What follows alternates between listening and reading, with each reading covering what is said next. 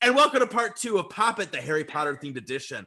In case you missed it, part 1 was epic insanity as our 3 veterans of Harry Potter knowledge fought it out with questions about the series. And now we get to some pretty fun questions that are school and Hogwarts related. Like every Pop It, 5 topics, 30 seconds. And these points are coming off of part 1. So just so you know, we are starting at 30 for Blaze, 29 for Karen, and Kelsey at 36. But question 1. This is a pretty important question. Best house. Let's start with you, Kelsey. So I'm a Slytherin, and I am gonna argue that Slytherin is the best house. We're not sold on that idea completely, but I am it. So, I gotta defend my brethren. Ambition is what Slytherin is about. That's not necessarily bad. You can have selfless ambition. Like, you could be wanting to make the best life for your family. You don't know. Like, I think J.K. Rowling has something against Slytherins, and I think that that's unfair, and I think they get a bad rap. She literally, sent them all to the dungeons. That's your time. I will agree with you. I definitely think they get a bad rap. Blaze, what do we think best house is? I think I know where you're going to go with it, but go for it. For a bad rap, coming from a Hufflepuff, man, we are underrepresented. We are the most chill, patient, hardworking, down-to-earth people. We're hanging out in the kitchens, eating food. We are loyal, and we're just very relaxed. We are not over ambitious like Gryffindor, doing all this stuff and showing off. And Hufflepuffs are just chill, and they just do the right thing to do the right thing. Like Cedric, man, he earned his spot in the Goblet of Fire, and Harry just comes in and is just up shit, and he dies because of it. And Cedric's just trying to live his life, man. That's a fair point. That's your time. Karen, best house. Karen, what do we think? All right, so I go back and forth. The first time I took one of those quizzes, I got a Hufflepuff, and it hurt my feelings because like Blaze said, Hufflepuffs get a bad rap.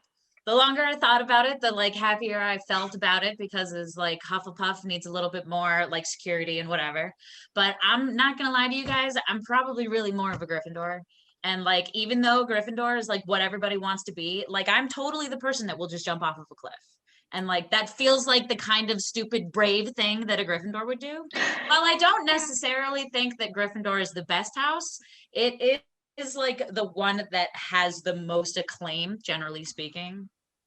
And I don't know if I think any of them are really the best. That's your time. I gotta say, I think this question is a little biased. I think you're just gonna go with what your house is. For me, it's Gryffindor because I come off as a Gryffindor. I would be in any house. I would be in any house if my ass could go to Hogwarts. I would happily be in any house.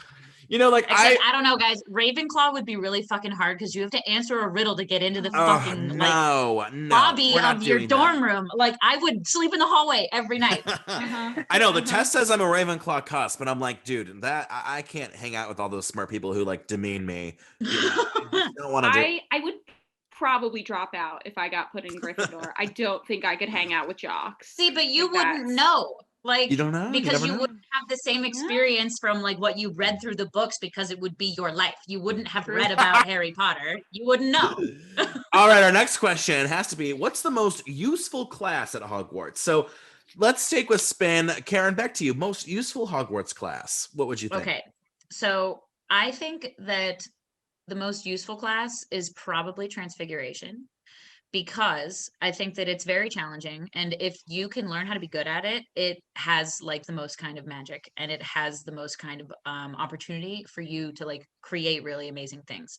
And I feel in the books and in the movie, it's in the movies, it's always talked about how Transfiguration is the hardest class, and that's where the really successful wizards are. And if you can find success in Transfiguration, then you can find success in the wizarding world. And that's your time. Beautiful. Blaze, most useful class at Hogwarts. Go. See, I think the most interesting class is Transfiguration, but I think the most useful class is obviously Charms. That's literally all you do. You have a wand for a reason.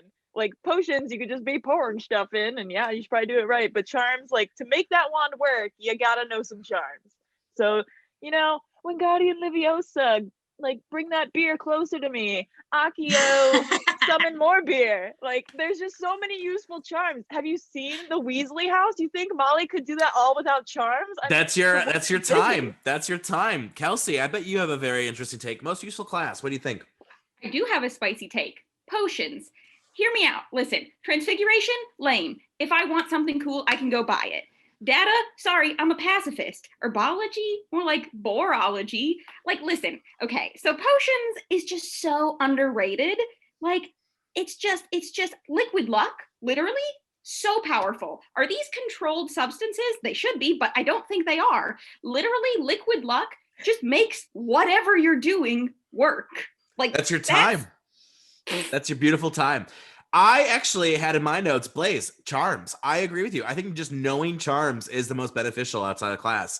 I do agree. Herbology, as much as like it's cute, we don't really need it. And as for seems really you literally complicated. need all of the things from herbology to make potions. Like you can't Okay, yeah, have but, like- potions without herbology. somebody else can just bring Yeah. it to me. But potions seem like a Meanwhile- lot of work. speaking of potions and spells, what is the best spell and or potion and or both, whatever you want to go with? We're gonna go back to Kelsey first. Best spell potion. What do you think? Okay, literally true serum, Veritaserum. I explained it in the last episode. There's criminal trials, we don't need them. True serum. As long as the prosecution can produce the suspect, give them true serum. Really, wizard crime shouldn't exist. They have true serum. I gotta And tell they don't use it more. I gotta tell you that that argument is flawless. I love that so much. Blaze, what do you think? Best spell or potion? I already said it. Accio, man. If I want a beer and I don't want to get out of my couch, Accio, beer me, bro. And then I like to watch movies, just hang out, chill on my couch, get it whatever I want, whenever I want. I need a burger from the fridge, Accio burger. I don't know if it opens the fridge for me. Listen, I don't know the parameters of this spell, but I'm gonna just Accio, find me a man worthy of my time. Maybe a handsome man comes through the front door. Maybe it's magic I've needed this whole time. Oh my god, I had to give you extra points for that because I need that girl. I need that spell to work for me.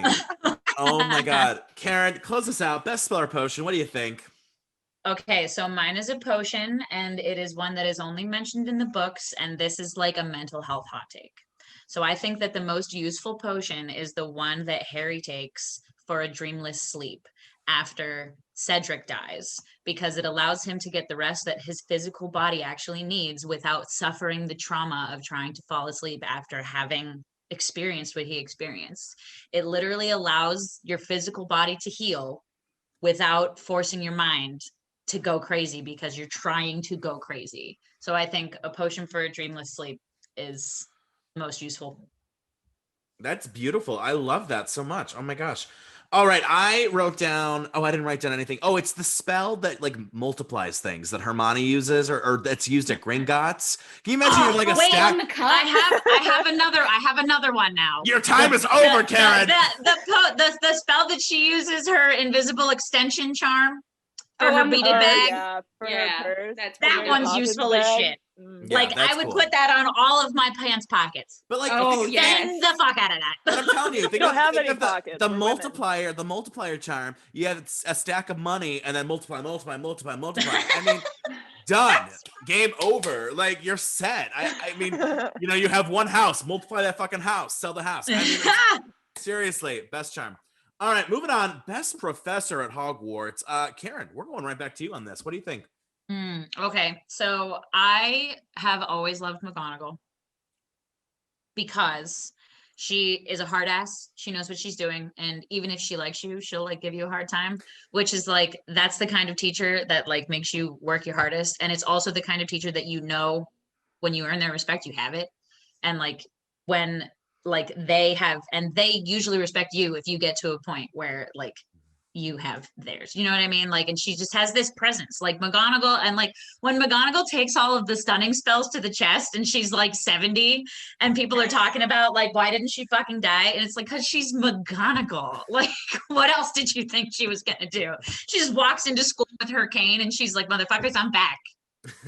I love that. Blaze, who's the best professor? I have to agree that it is Professor Minerva McGonagall. I mean, if you really look at all the other teachers, like part of me wants to say Hagrid because I just love Hagrid and I would love to have him as a teacher and he cares about his students. But he is not the most responsible adult at that school. And Trelawney's a little out there, you know. It's got to be McGonagall again. She's just one of those like very intimidating teachers that you want to impress, and you know that she actually wants to teach you and like see you succeed, and that's really all you can ask in a teacher. Absolutely. Kelsey, what do we think? Well, I think It's my Lupin. answer is pretty obvious. Yeah, it's Lupin. Listen, Lupin is like, he's Robin Williams in Dead Poet Society. He knows how to Captain, my inspire captain. students. Captain, my captain. He walks in on his first day and immediately zeroes in on the kid who's like kind of sad and maybe struggling with his confidence in this class. And he zeroes in on Neville and like makes him feel good and makes him feel smart and makes everybody laugh and like helps this kid feel comfortable in a class where he's never felt comfortable before, and turned it into like a fun learning experience for all the kids. And he got pushed out unfairly, just like Robin Williams in Dead Poet Society. And I would die for him. Yeah, it's so funny you said that. In my notes, I wrote Lupin too. As someone I Mhm. love, real life experience. And so like his classes were like, this is what you're gonna see in real life, man. Like we're gonna do real life stuff. And I love that. I think some of the professors just were like snooze fest and stuff that like Mhm. you can just read from a textbook. We want to see what happens in the real world. Unlike Mad Eye Mooney, aka, but he wasn't Mad Eye Mooney, who fucking was like, here's Crucio, bitches, like handle it. And it's like that is the real world experience I don't need, but thank you. All right. Oh wait, I have a plot hole. You don't even have to put this in. But why is the flight teacher called Madam and not Professor? Anybody know? Madam Because Hooch? she only has a GED. Yeah. She didn't go to college. Yeah. That's a great point. Probably because, like, Right. I don't know, is she like not an official, like she's like a Yeah, teacher, but because she's just a gym teacher. It's because she's just a gym teacher. they said we don't. Oh, we those who don't, we can't teach. She said they're like no. She didn't Um, graduate. Yellow She's eyes. just Professor Sprout's wife, so she's like there. And she's like, I Oh. can teach these kids how to fly. if Or you maybe want." she's Okay, like you kind are of like, digging storylines out of nowhere. or maybe man. she's Yes, kind of like I am. royalty. Maybe she's kind of like royalty, like Madame. I don't know. That's a good question. Oh, Madame Yeah, that's Hooch. Yeah. All right, this is our last question. Your last time to get some points. Best job after Hogwarts. Who are we just finishing up? Oh, Kelsey, take us away, Kelsey. Yeah. Okay, listen, ACAB, I'm not gonna be a wizard cop. Like, I'm not, or no, thank you. And then, so the only options really are wizard cop, healer, that sounds like a lot of STEM, I don't want to do that, or work in retail at like Hogsmeade or Diagon Alley. Done that, been there, don't want it. So I guess like really the only thing is to be a teacher, and I guess that's what we're gonna do. I mean, academia is pretty cool. I could wear sweaters under my little cloaks and stuff, and just hang out and like read some books and like dick around with some children because that's fun. Dick around with some children. In in like a totally different way than how that sounded, but oh my god, that's meant, worth like, extra points. Legally. That's audacious. Oh, we know. Oh, we know. Blaze, best job after Hogwarts. What do we think? So normally, like I work at a high school, like coaching, and I like high schoolers. They're cool, but I would not be messing with wizard teenagers. Dude, teenagers are messed up, and do not give them magical powers. That's a terrible idea. So no, I would not be a professor. I would also not work in the ministry because it seems like it's very terribly run. There's a lot of drama that goes on. So I was like trying to think of other things. I guess I would be that person who like paints the magical portraits if I had to do something. And I feel like I would make it very abstract, and like they would come alive and be like, why do I look like this? And I would just play a joke on them. Oh my draw gosh. very abstract. That is your time. That was beautiful. Karen, what do we think? What's the best job? Working with magical creatures. Yeah.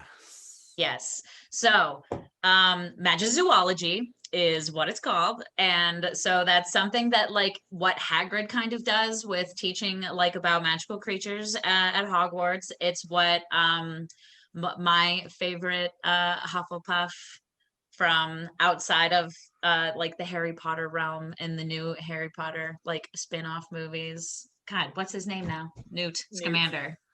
So he works with magical creatures, and so he rescues them. Like he's a vet.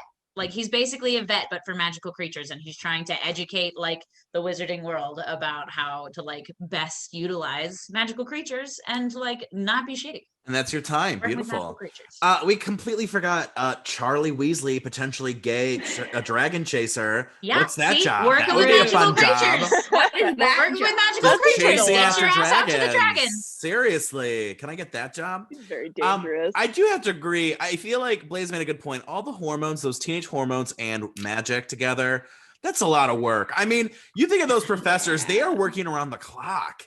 Like it's not They a lose 9 to a lot of 5. kids That in is that. I mean, it's a boarding school. Like, And the it's a amount of boarding times- school. the Like, amount of they're not times- just your teachers. and the amount of times those professors had to wake up at like 2 a.m. because someone let a troll out of the basement, or something happened in the dining room or something. It's insane. I would get no sleep, True. and I can't have that. True. All right. Well, we had two glorious parts that, I mean, some amazing things said tonight, amazing theories spread.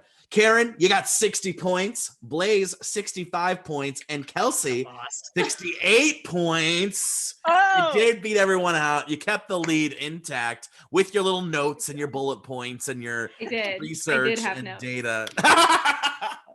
You know what? It's the people with notes win on this show because they're Uh-huh. ready. They're like, I am ready. You guys, thank you for being part of this beautiful Harry Potter 2-part special. We're going to do this again with different Harry Potter questions. So, Blaze, read the books! And, Read the book. alrighty. Well, thank you so much for being on Pop It. We'll see you next time. Peace out.